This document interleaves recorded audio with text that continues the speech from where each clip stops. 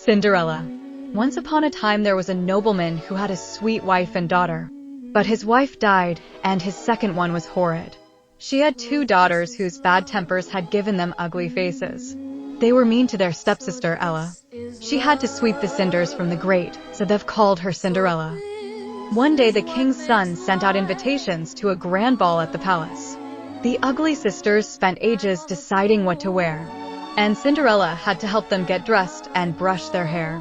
There was no question of Cinderella going to the ball in her rags. When the ugly sisters had left for the ball, Cinderella burst into tears. "How I wish I could go too," she cried. Suddenly, her fairy godmother appeared. "Don't cry, child," she said. "Of course you can go to the ball.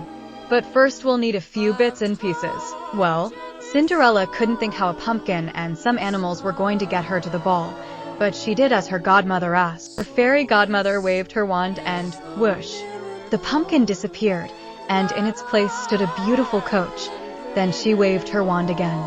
The 6 little mice turned into a team of handsome carriage horses. The rat was soon a rather fat coachman, and the lizards became 6 footmen. So now Cinderella had a lovely coach to take her to the ball. But she was still in her rags. Her godmother smiled and tapped her once with her wand. Immediately, Cinderella was dressed in shimmering gold. "Now, off you go," said her godmother. "But remember, at midnight, everything will go back to the way it was. So you must be home before then." Cinderella promised, then stepped into her beautiful coach. The 6 white horses set off toward the king's palace. Everyone at the ball stopped dancing when the mysterious stranger arrived. Cinderella looked so beautiful in her gold dress that everyone thought she was a princess from a foreign country. Even her 2 stepsisters were fooled.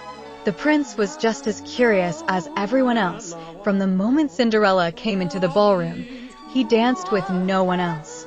By the end of the evening, he was madly in love with his beautiful princess, and he didn't even know her name. And Cinderella was just as much in love with the prince. But as they were dancing, Cinderella suddenly heard the chimes of the palace clock. "Oh no," she cried. "It must be midnight." Cinderella ran away from the prince, out of the ballroom, and down the palace steps, losing one of her glass slippers along the way. By the time she reached the bottom step, the clock had finished striking 12 and Cinderella was in rags again. The prince ran after Cinderella, but all he found was the beautiful glass slipper from the steps. "Send out a proclamation," he said. "I will marry the person whose foot fits this slipper. We'll ask every woman in the kingdom to try on the slipper." So the prince went to every house in the kingdom, and soon he came to the house where Cinderella lived with her stepsisters. Of course, the ugly sisters were very eager to try their luck. But no matter how hard they pushed their big feet into the glass slipper, it didn't fit. So Cinderella came forward to try on the slipper.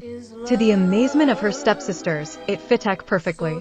The prince looked up at Cinderella's face and recognized the beautiful princess he had danced with at the ball. So he married Cinderella, and unlike the stepsisters, they lived happily ever after.